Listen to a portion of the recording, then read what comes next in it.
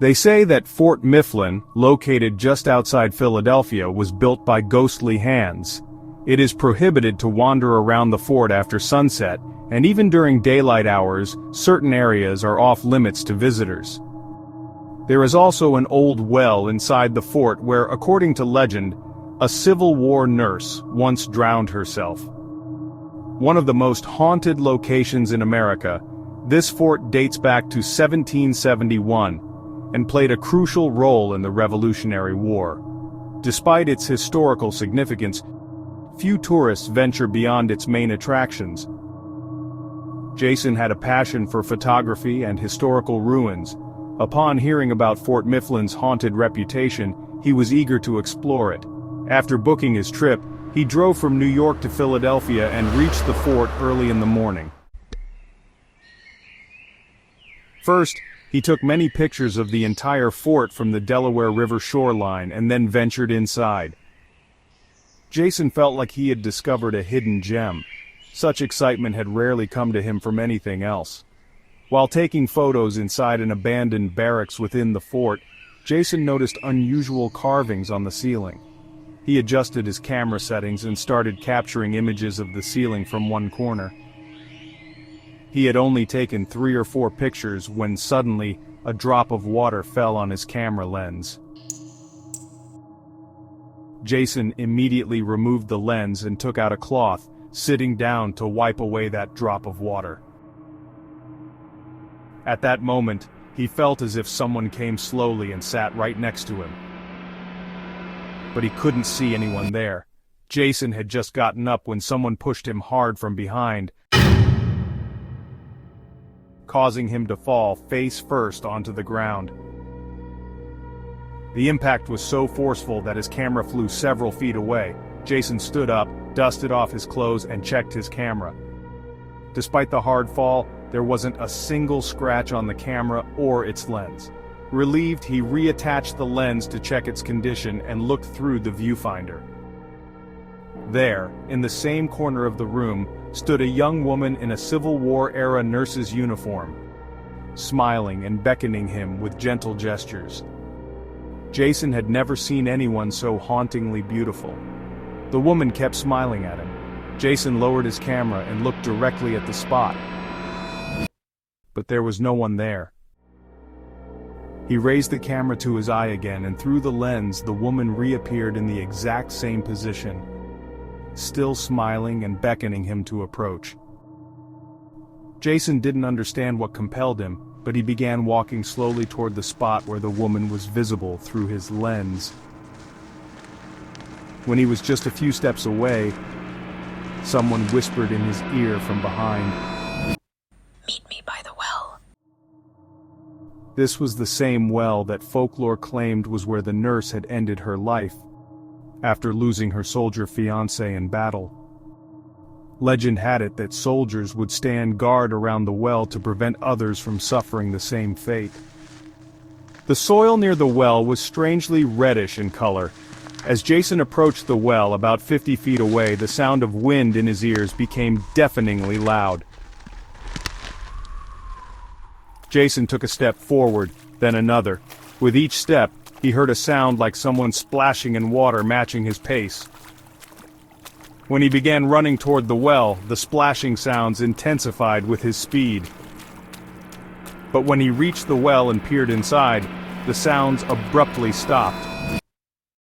All he could hear was his own rapid breathing and pounding heartbeat. The water in the well was unnaturally still, as if it hadn't been disturbed for centuries. For reasons he couldn't explain, Jason picked up a small stone and nervously dropped it into the well.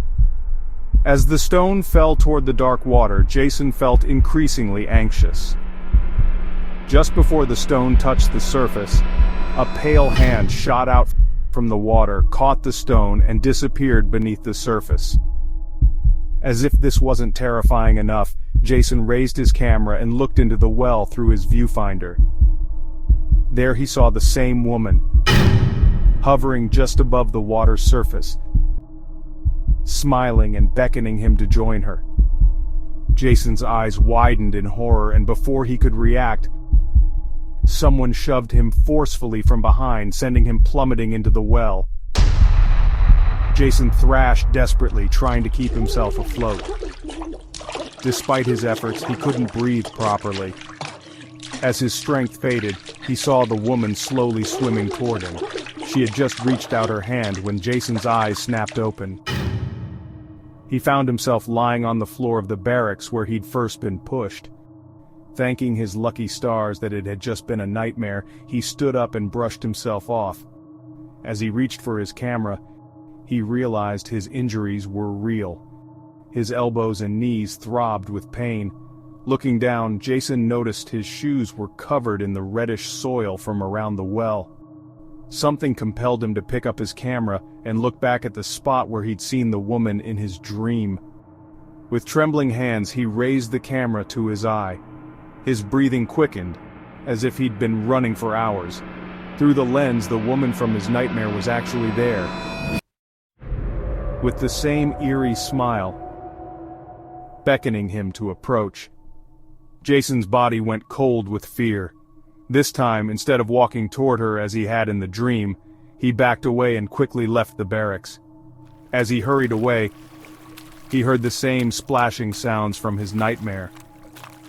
Remembering the hand that had emerged from the well, Jason froze in his tracks. He noticed a small tour group walking toward the well, chatting casually and admiring the fort. Though he might not have gone there alone, Jason felt braver in their company.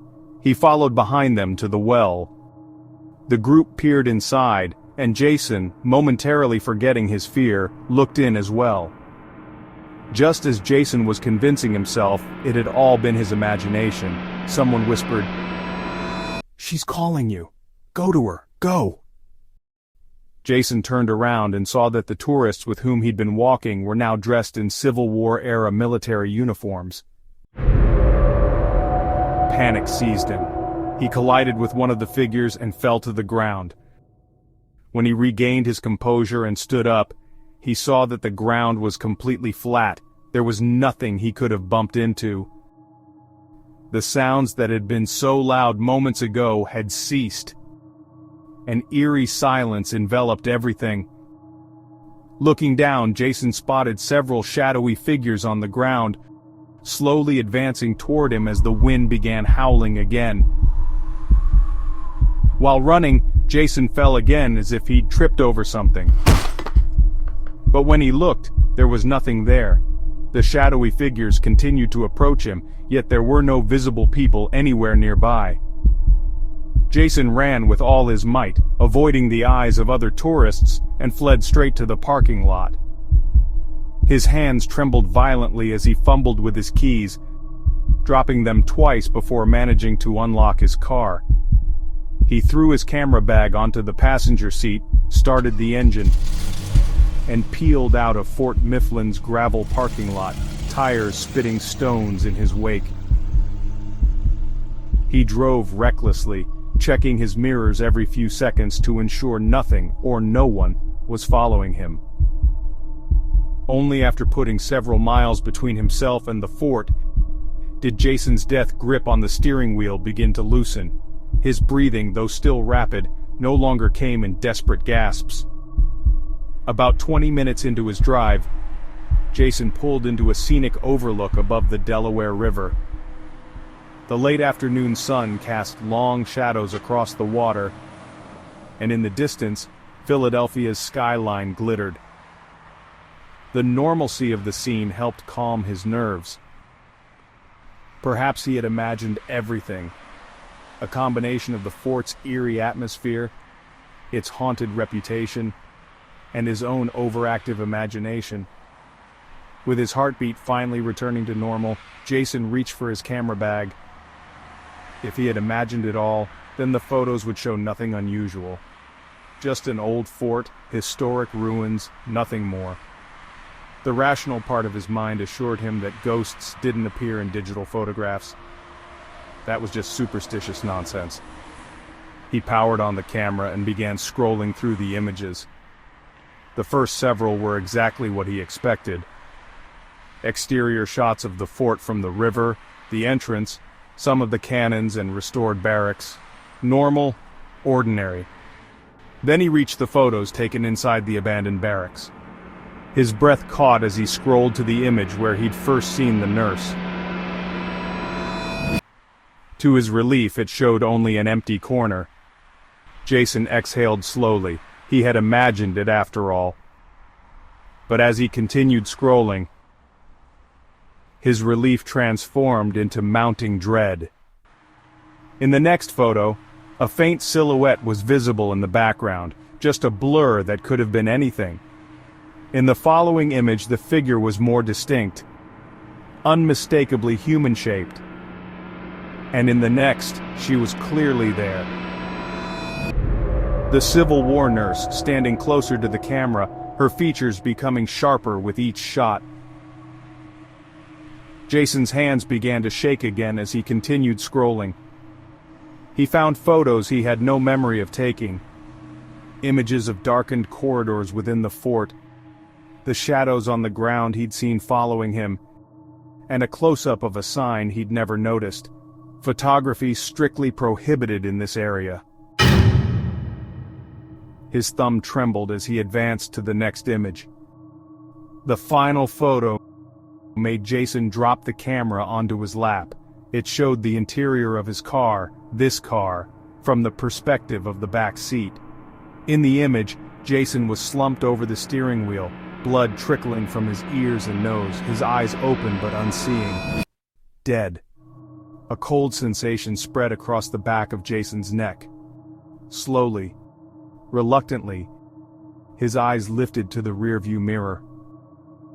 There she was, sitting in his back seat, her Civil War nurse's uniform now stained with dark patches. She was no longer smiling. Her eyes, hollow and black, met his in the mirror.